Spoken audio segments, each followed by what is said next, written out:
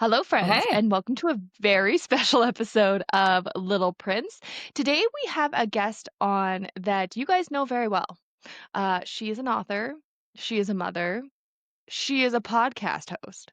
Ladies and gentlemen, we have J.V. Reese. Ta-da. Yeah, I should have been like, J.V. Reese, would you like to introduce our guest today? Well,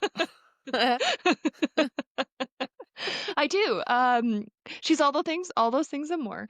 So yeah, we wanted to come on here today and kind of talk to JV because she has a book that's coming out, her third in the series. yeah, And we thought it would be fun to kind of do a little bit of a tell-all episode. So, if you have not read Tiny Fractures or Edge of Unbroken, you might want to skip this one. But if you spoilers. have, maybe some spoilers or some answers will be provided in this episode. So, first of all, JV, thank you for taking the time to sit down with us Of today. course, anything for you, my friend. We're not already sitting No, down at it's not all. like we're already recording podcasts today. Okay, so let's start at the beginning. Yeah. When did you start writing and where did the inspiration come from for Tiny Fractures? Okay, good question. So I've actually always really enjoyed creating stories. My dad suddenly sometimes sends me little pictures of like little stories that he found that I wrote when I was in second grade and things like that. And I do Wow. comics and I always really liked it. Always loved books. Always loved reading. My dad was really good at storytelling and reading books to me. And then I actually started writing my first real book when I was like 11 or 12 years old on my dad's old computer Wow.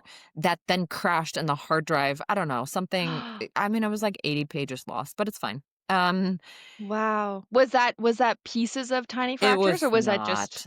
no? No. I think at that age you probably weren't writing trauma romance. No, but you know what it was? It was a continuation of John Grisham's The Client, which I probably shouldn't have read when I was 11 years old, but I did. That is actually Interesting. why I wanted to be a lawyer. I mean, it's like a whole thing. But I Wow. also started writing like a continuation of that story that obviously never went anywhere. But I'd be interested to see if there was like I could travel back in time, like what that actually Yeah. looked like now.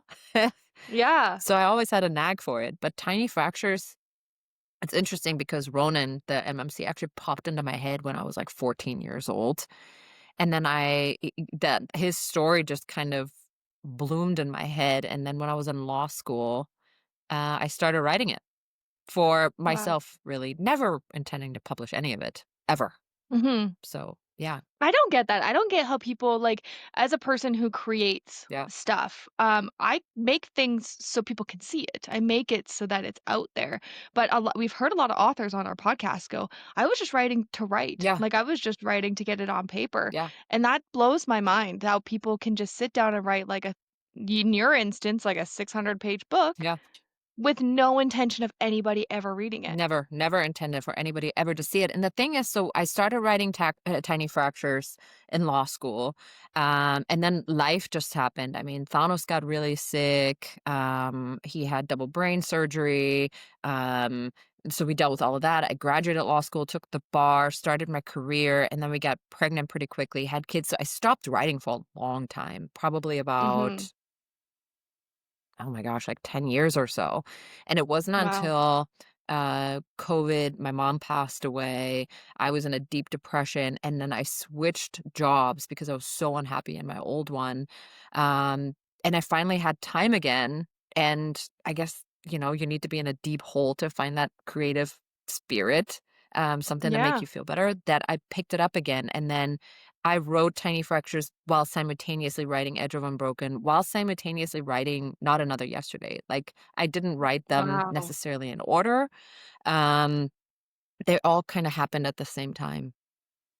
That's incredible. And so when you said that you started writing again, was it like something where you're just sitting on your laptop and then you came across the files or Yeah, it just happenstance? And you're just that's like, "Oh shit, literally I it. was writing a book." Yeah, I was like just going through my hard drives because I have like old videos of my pets and things like that. And I was like, oh my gosh, there it is. I should continue writing it because I was Wow. reading. I was like, hey, this is actually a good story. And yeah, I just started writing it again. I guess I was in a mental place where I needed it or wanted it, or I don't even know. Yeah. I think that, dealing with loss and my loss is definitely different, but, losing Pepsi, I definitely fell into a very creative Yeah, place in my brain, which I didn't know was a part of grief, yeah, where you just, like, your brain goes into hyperdrive, yeah. and it's just like, you need to create all the things right now because apparently we don't wanna think about anything I else. think it makes sense though, if you losing something, then that power in Yeah. creating, I don't know, that makes sense to me. It's like if you feel like Yeah. you don't have any control over things, Yeah. to create, that is you retaking some of that control, I think. And for me, writing is like, I mean, I'm literally creating worlds and lives and Yeah. all the things. And people Yeah. and all the things, and I mean, your stories definitely are deeply traumatic, What are you and I talking about? mean Don't make stuff up, Ty. don't Rom-coms. make stuff up. Yeah, exactly, she actually writes vampire romance, Mhm. um, but, no, they're deeply, deeply traumatic, and I think that while they're deeply traumatic, like, let's talk about Ronan. Yeah, So oh, man. all these I love him. characters obviously were written by you. You constantly say that they just kind of pop in your head. They tell you their They story do. and you just kind of put it on paper, Yeah. which I think is actually a superpower. But yeah, I think you were born with a superpower or like a part of your brain that I haven't accessed or other people haven't accessed. But Ronan is going through life in fear, pretty much, of his mother. And I don't know how deep you want to go into it, but you have talked about it before how the person who caused trauma to you, and this is kind of a reflection of your growing up, was your mother. Yeah. Somebody who did physically, emotionally, did abuse you. Yep. So writing Ronan and some of the scenes that you wrote and how devastatingly awful the mother was that a direct representation of your mother? Was that exaggerated? Was that That was I don't definitely. know how deep you wanna go into it. I don't wanna make you uncomfortable, No, but you're good. I mean, okay. look, my mother was not Rika. It was never that extreme. And I think you've mentioned it in other podcasts. It's like when we grew up in a certain time, right, in the 80s and 90s, and that was just common practice. You disciplined your children with physical punishment. And that was Yeah, it. And I think, and my mom, so yesterday was my mom's the 5th year of her passing. So I'm sorry. um, that's okay. I mean, it just kind of happens, right? It's kind of a Yeah, weird place to be because she and I had a very challenging relationship growing up for obvious reasons. There mhm, was a lot of the emotional stuff. There was a lot of that physical stuff. It was never as extreme as what Ronan went through. My mother grew up a certain way, and she perpetuated it. That's how she thought it was to raise children. And I also think that, I mean, you're not supposed to speak ill of the dead, right? But I think she mhm, probably was undiagnosed bipolar. She probably should have been medicated, to be quite honest. She had like these manic depressive kind of episodes. And it was always a little bit like walking around on eggshells with her. which is exactly the feeling you get with Ronan throughout Yes. the whole story, Yes. right? This big, buff, tall man who's walking around on eggshells Yeah. because of this tiny little woman who controls him. Yeah. Yeah. That was In it. every aspect. She Yeah. was always very volatile, my mom was. Mhm. And it's interesting because especially post-death, my brother, who also had an extremely challenging relationship with my mom, he has, I don't know what that is, but he has kind of elevated her, he's kind of put her on a pedestal. He is the one, who constantly is like, "I miss my mom," and I think he struggles the most Mhm. with it. Um which is just an interesting way of coping with it all, because I look Totally. at it and I'm like, Do you not remember the things she did to you and me?" Well, there And is trauma blocking, yeah, there is definitely that thing that, there's a lot of my growing up that yeah, I don't necessarily remember, but to yeah, that's an interesting stance to take, especially if you guys kind of grew up in the same We household, did, right? and we both removed Yeah. ourselves. I moved. I left Germany when I was 16 years old, Mhm. and I told my dad that that's a good thing. If I hadn't left, my mom and I would have never had a relationship when I was an adult. There were Yeah. several years after my second daughter was born. I went back to Germany for Christmas with my family, and my mom and I had a Mhm. big falling out. Big, big, big. I mean, huge to the point where on Christmas Day, I was like, "We're flying home today." Wow. And then I didn't go and visit her again until she was literally on her deathbed. I mean, she came to Mhm. visit me here, but it was always a struggle. It was always because my dad insisted on it, and I was always like, "Okay, if you send mom to visit me, can you please come Mhm. too?" Because my dad was always a little bit of a buffer.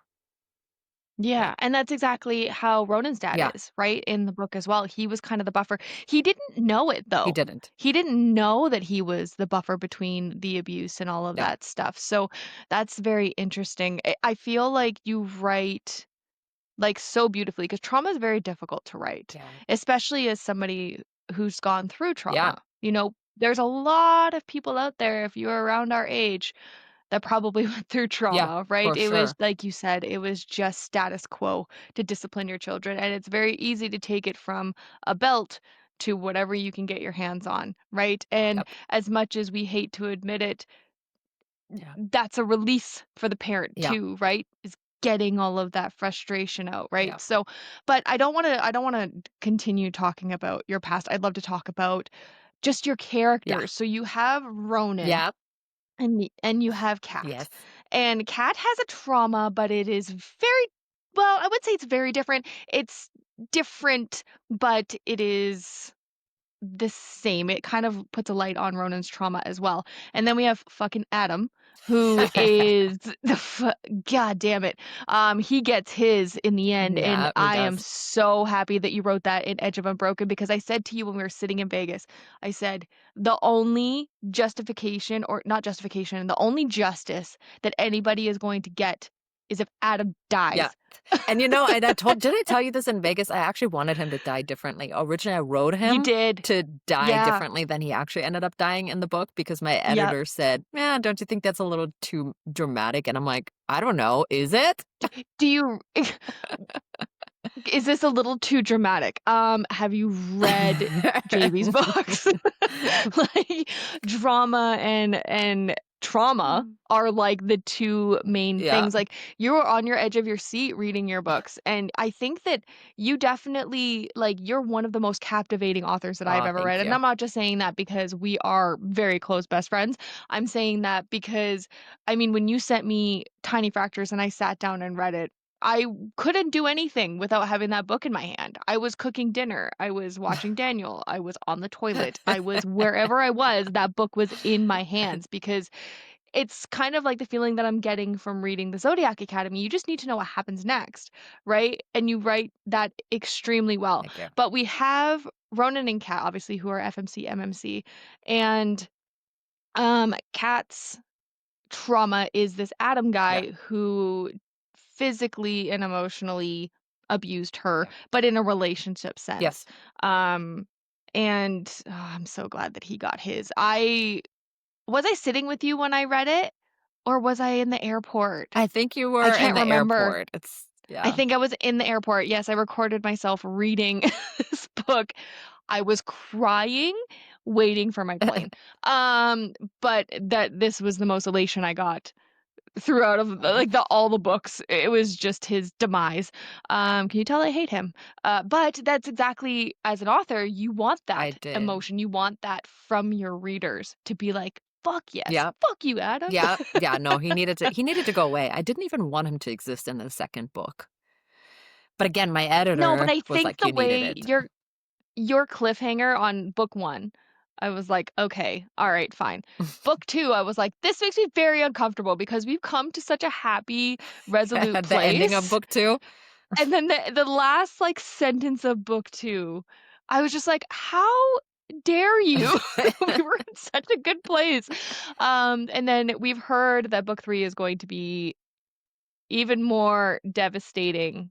Um, but in a good way. You know how you got good devastation? It's Yeah, gonna be good it's devastating. definitely so of all 3 books, that are out now, I think my writing has drastically improved by book 3, but also we're dealing with I apparently cannot let Ronan and Kat just have a happy life, I I know, and I can't, hate you a little bit for and it. they're going through it in book 3, but it's so good. I mean, that is even when there's a scene in book 3 that actually came into being the underlying idea I had for a long time, but the way I ended up writing it actually happened just a few months ago. Thanos and I were on our way back Wow. from Vegas. I think it was July, and there's this diner. It's a 50s diner, like halfway between Vegas and my little hometown.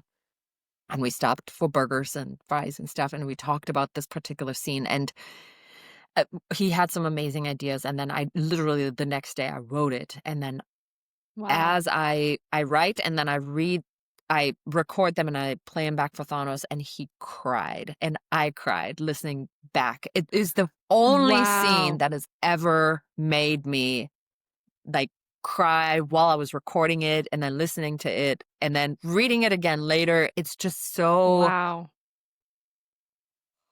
it's a tough one. Do you do you find that you are disassociated with your writing? Whereas, like, as a person who's reading it, as a reader, I am traumatically hit. But do you find as you're writing it, you're more disassociated so you don't feel No. the scenes as much, except for the one you just described? No, I'm not a crier in life in general. I think after my mom passed, I've cried maybe once or twice. Mhm. So just not very German mentality in that aspect, which can be good and bad. But while I write, so it's interesting you said that because Apollo has been homesick these past few days, so I actually did get some time to write a little bit. And Nice. I'm writing, actually, this is really weird, but I mean, this is a tell-all episode. I didn't think I would already be writing his story, but I'm writing his dad's story right now. Oh, nice. Okay. And he has his own trauma, which was never really alluded to except for like a tiny little flicker of something in book 3 and not another Okay. yesterday. And I actually wrote part of that traumatic event for his dad. These last couple days, and like it affects me. My mood is different. I feel heavier and darker when I write these things. I could definitely tell Really? it. Like I could feel it in my body when I write these things. Do you think that's an indication of a good scene that you've written I where you're think so. like, Yeah. yeah? Yeah.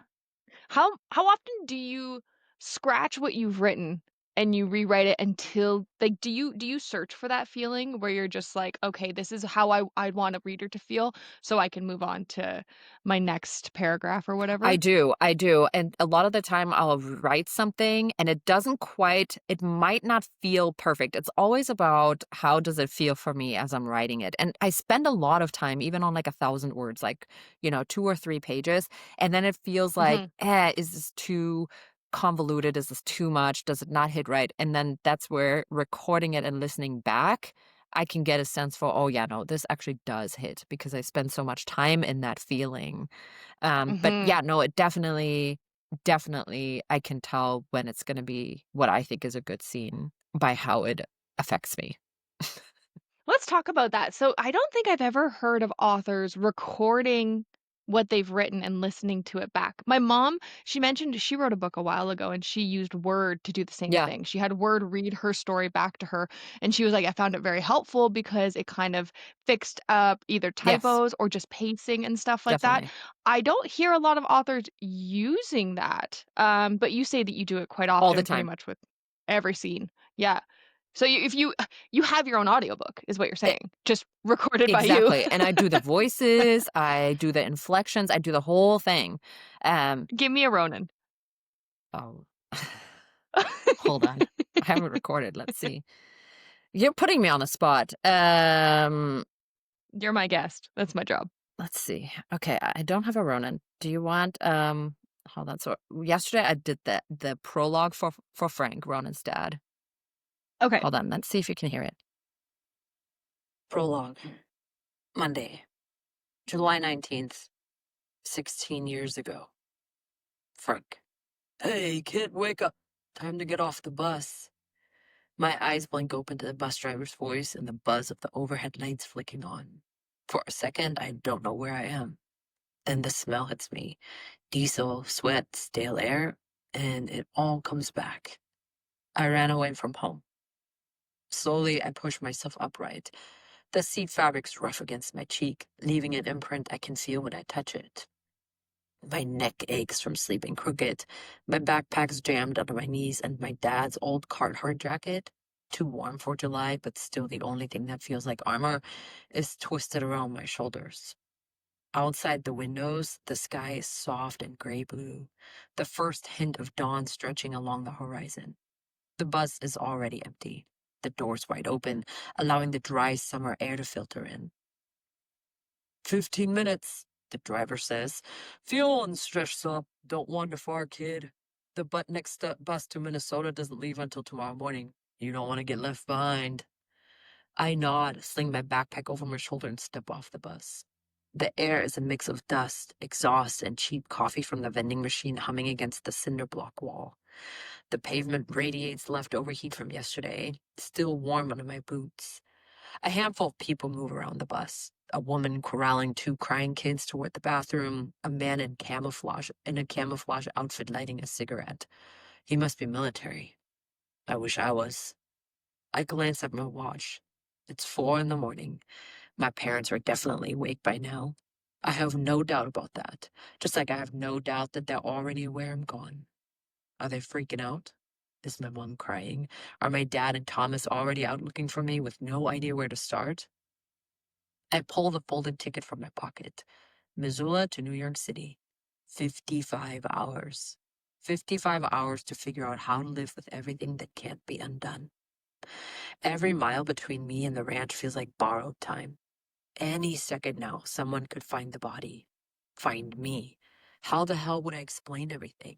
And who the hell would even believe me? Holy shit on a brick. What? Okay, first of all, you could narrate Yeah, your own I books. I was thinking You're about it. very good at Thank it. you. You should. Thank you. I do all the Honestly, get a voices. booth or like you've got the other microphone that we bought that didn't work out for the podcast. Honestly, wow. Thank you. And for those of you who got to listen to that, you're welcome. Yeah, that's definitely a spoiler. Big one. That is Thank incredible. you. Yeah. So that's what that process is like. So I do the voice, and this voice is very close to what Ronan sounds like when I narrate him because it's my most Okay. comfortable like male voice. Yeah. If I go deeper, it starts to hurt, and it's hard to sustain that as I record my own books. But I do the whole thing. When they have Yeah, yeah, sex, I yeah. do the whole breathy, moany stuff. Yeah, all of it. Oh my god. Literally, honestly, I could sit and just listen to you. Thank I think you. I've said this to you before, and I don't know why, but when I read your books, I read it in your voice. You did I say already do that. You that. did say that. Yeah, I already do Yeah. that, and you're the only person that I do that with. Interesting. And I wonder if it's because we're so close and Maybe. it's your books, but even, your first book, Tiny Fractures, when I didn't really know you all that Yeah. well, I still read it in your voice, Yeah. Yeah. You which is said so that. interesting. I did. I told you that in person. I was like, my confidant. Very true. Yeah, I would love to. I mean, I'd love to have audiobooks made. And there was a moment where I thought, I'll just narrate them myself. But me and what time? Exactly. That's the thing. You have the talent. I wonder if Thanos could come in and do some of the other like guy He voices, could. because he's so very passionate about your writing. But let's talk about so you said in, a previous podcast, you love a found family, Uh-huh. and that is something you do very well is your found family in Tiny Fractures. How did all of these characters come to be? Did Ronan have a brother right at the very beginning? Tell us about that. Yeah, he did. I mean, all the characters just kind of popped up. It was Ronan first. His friend group came really quick. Their names changed a little bit. So Shane originally was Shane a Shane? Shane was originally a Shane. I can't see Shane being anything else but a Shane was Shane. a Shane, but Drew was a Sean, and I was like, "No, that doesn't work. I can't have a Shane and a Yeah, Sean. That's too close." So I changed it to Shane Sean. Drew. I think Zach used to be Okay. Tony. Changed that. Zach also used to be gay. I don't know why things Oh, just kind of, evolved. But Ronan was always Ronan. yeah. Ronan was always trauma victim. Steve was always there, and Kat like, popped in pretty quickly too, but it was always for me very probably because at 14, I had a really great friend group, and to me, that was just, like, important, and they're important for the book too. I remember in the very Mhm. beginning when I first sent Tiny Fractures to ARC readers, a lot of them were like they voiced that they were concerned about how many people there are and how they could tell them apart, and do we really need to have that many characters? And I think as you get into the series, you realize that, yeah, he does Ronan needs them 100%. all. He They needs have his to. army. He needs his Yeah, Yeah, and I think that even, the book that I'm reading, Zodiac yeah, Academy, there are quite a few like, there's 5 MMCs, there's, like, 2 FMCs, maybe 3 if you consider, like, another one of the girls. So there's a lot going on, and sometimes I do get yeah, confused because they do have a Caleb and a Seth, and I got those confused for a yeah. little bit.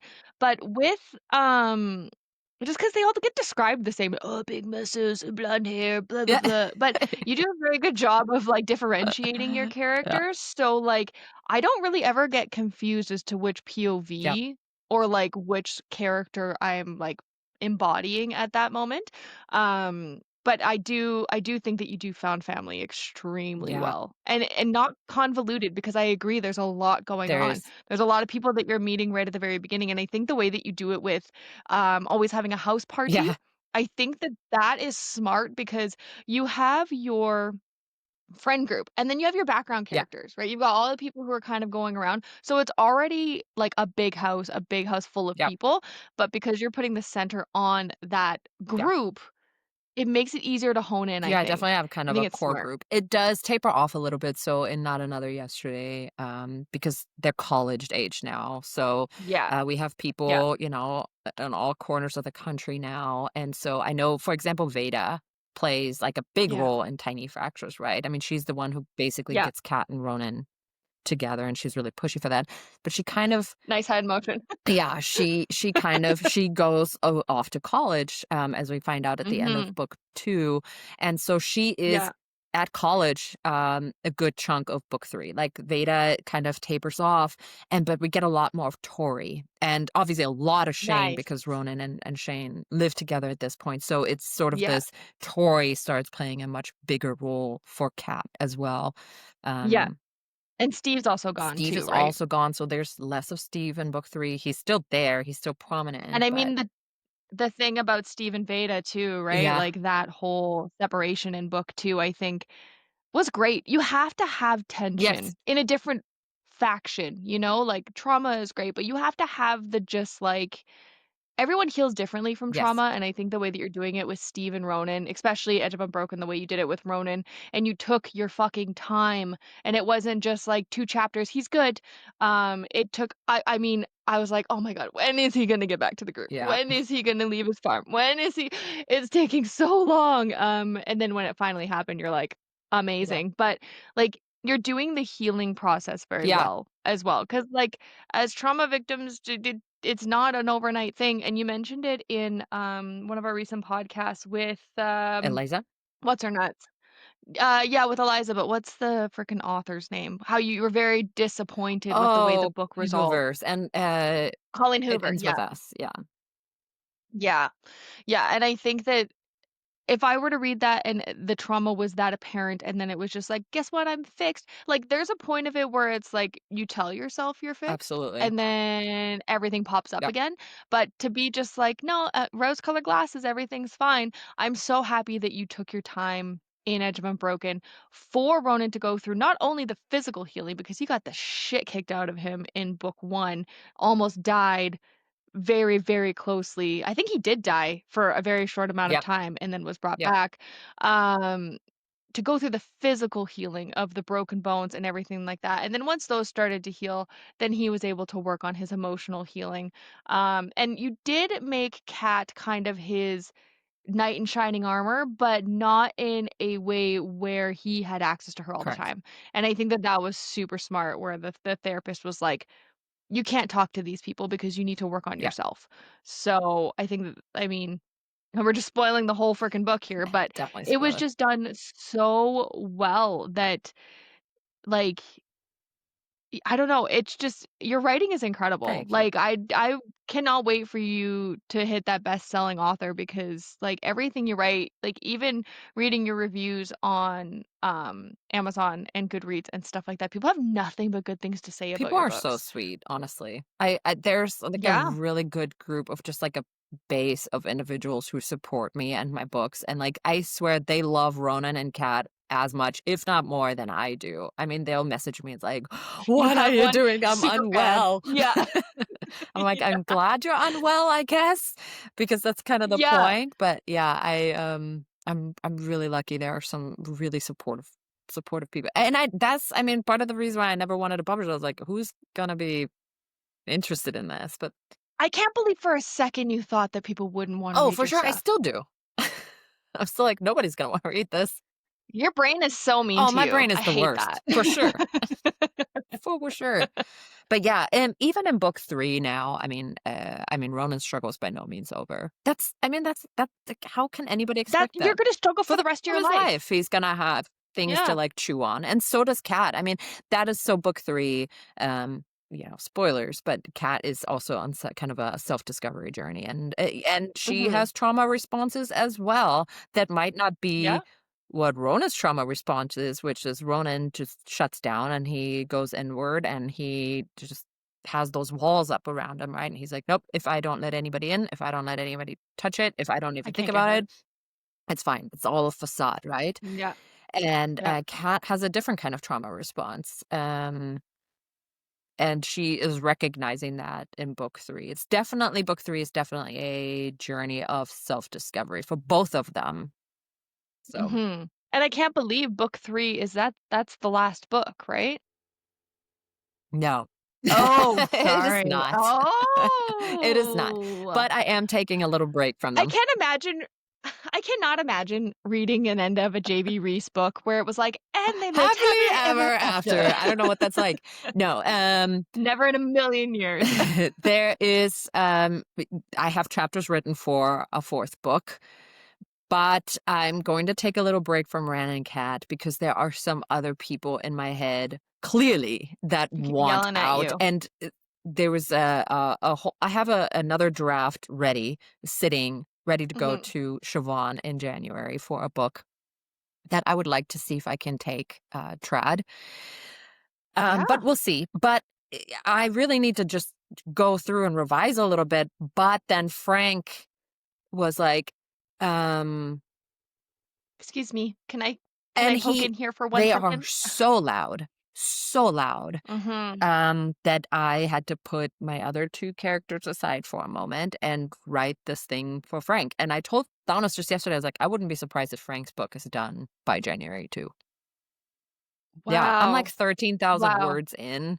Um, And you type everything out, right? You don't, like, voice correct. record and then No, type it I out type afterwards? You everything. just sit down and And that's I just it crazy. What's your words per minute? I I mean, you're a lawyer. well, so the thing is that actually writing a story takes me a long time. I mean, I agonize over every Mhm. word. Um, so even though I'm a fast typer, I don't write my stories quickly, clearly. Yeah. Good. Honestly, I think that the pace that you're putting out books is incredible, and I'm very excited to read Not Another Yesterday Yeah. because I did after Tiny Fractures, I was like, I don't know how long it's going To to take me to recover. be able to dive back into a J.V. Reese book. Because honestly, let's be straight up honest, it's my first Yeah. trauma I've ever read. My mom wrote a tell-all of her life growing up, and I was like, no Yeah. thanks. I don't need to know justifications as to why I grew up the way Yeah. that I grew up. So yours was like I definitely was in the like thriller, romance, romantasy, and then I picked up your book and I was like, holy shit balls. I feel everything. So at the end of Tiny Fractures, I took quite a bit of a break. I had Edge of Unbroken for a couple of months before I was like, listen, I'm seeing this person in person in August, so I would like to read her book and, like, read it with you. And you do have very long footage of me reading your book Yes. in I bed. love them. I need to, put that all together. I was gonna do, like, a how it started versus how it's going type. No, nice. Still Nice. crying. Yeah, no, I think I still crying. Um, Man, I have so many more questions, and I know that we are running out of Yeah. time, for this particular podcast, but once, Not Another Yesterday is out and everybody has gotten a chance to read it, maybe we'll come back and we'll talk more. I feel like we really didn't get any questions answered, we just talked about Trauma. your books, which I guess is yeah, drama, which I guess is, like, kind of the point of our podcast, is just to sit down Just and talk. talk about yeah, I mean, I'd love to get you know to like, I know you very well as a person, but I would love for people to get to know you a little bit better as a person Oh, as well, and maybe we can do more of that in our next episode, but I think this is really I fun. It's agree. kind of nice to just Yeah, talk about the books without having to worry about I spoiling agree. anything, and thank you very much for that voice You're clip very welcome. because that was You're incredible. very welcome. I think that when you do have time you should definitely try and sit down and narrate, 'cause I think myself and a lot of people would agree. Well, I mean, I already listened to your or read your books in your voice, so I think You're that like, you're a narrator in my we would head. all yeah, exactly. I mean, I definitely now have a voice for Frank and Ronan. I didn't before, it was just your normal Yeah, voice, but, no. Thank you so much for you're sitting down welcome. and talking with us, and I think, we're gonna get this episode out next Yeah. because your book is Wednesday, which I Tuesday. think is the 21st. Mhm. Tuesday. Tuesday is the Yes, ma'am. 21st? Ooh. Do we wanna release it on Tuesday? I can just do a quick edit and get this However up you for like. Tuesday, do a yeah, we'll do a release episode for your book. It sucks that it's kind of a spoiler episode, but if you have read the other 2, I think that you'll enjoy this one. And maybe we'll do a magic clip of, like, listening to That would be the a fun next one. book. Oh my goodness, yes. But thank you so much for sitting down and Yeah. talking Thanks for today. It chatting with was me about it. fun.